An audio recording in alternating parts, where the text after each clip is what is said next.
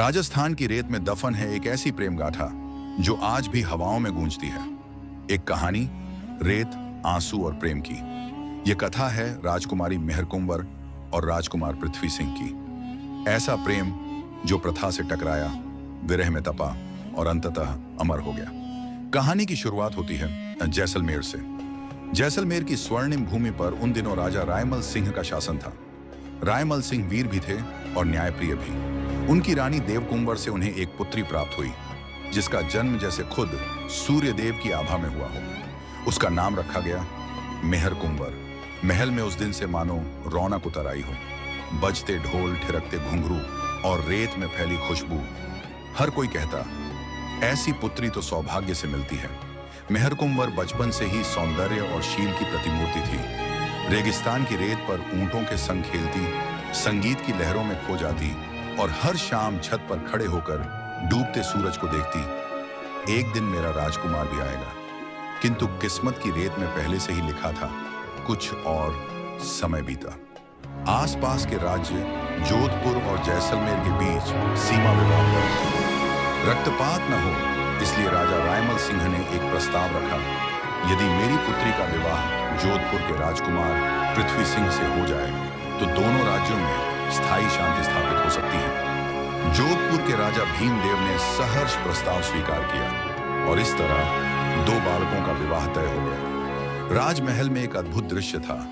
ढोल नगाड़ों की थाप, रेशमी पोशाकें, ऊंटों की कतारें, थालियों में बैठे दो नन्हे बालक बालिका और पंडितों के मंत्रों के बीच बाल विवाह का पवित्र बंधन संपन्न हुआ। रानी देवकुंवर की आंखें भर आईं। वह जानती थी ये विवाह केवल राजनीति का खेल है, परंतु परंपरा के आगे कोई कुछ नहीं कर सकता था। विवाह के बाद मेहर कुंवर अपने मायके में ही रही। साल बीतते गए। बालपन धीरे धीरे युवावस्था में बदल गया।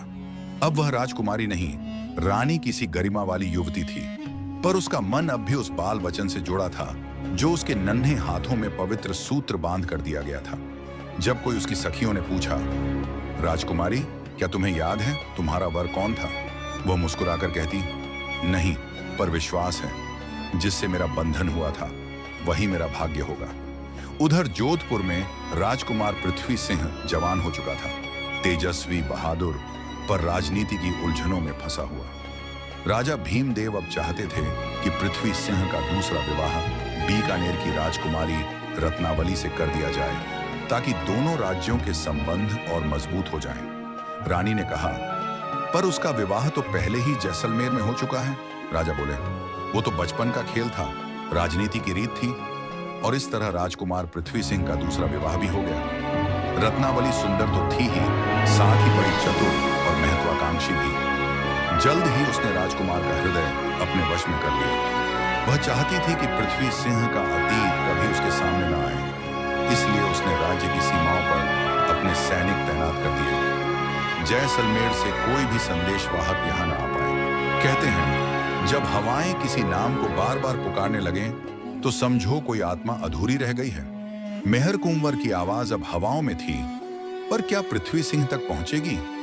अगला भाग बताएगा प्रेम की आवाज कितनी दूर तक जाती है। आगे की कहानी जानने के लिए बने रहे। हम दूसरा भाग लेकर आपके सामने जल्द हाजिर होंगे।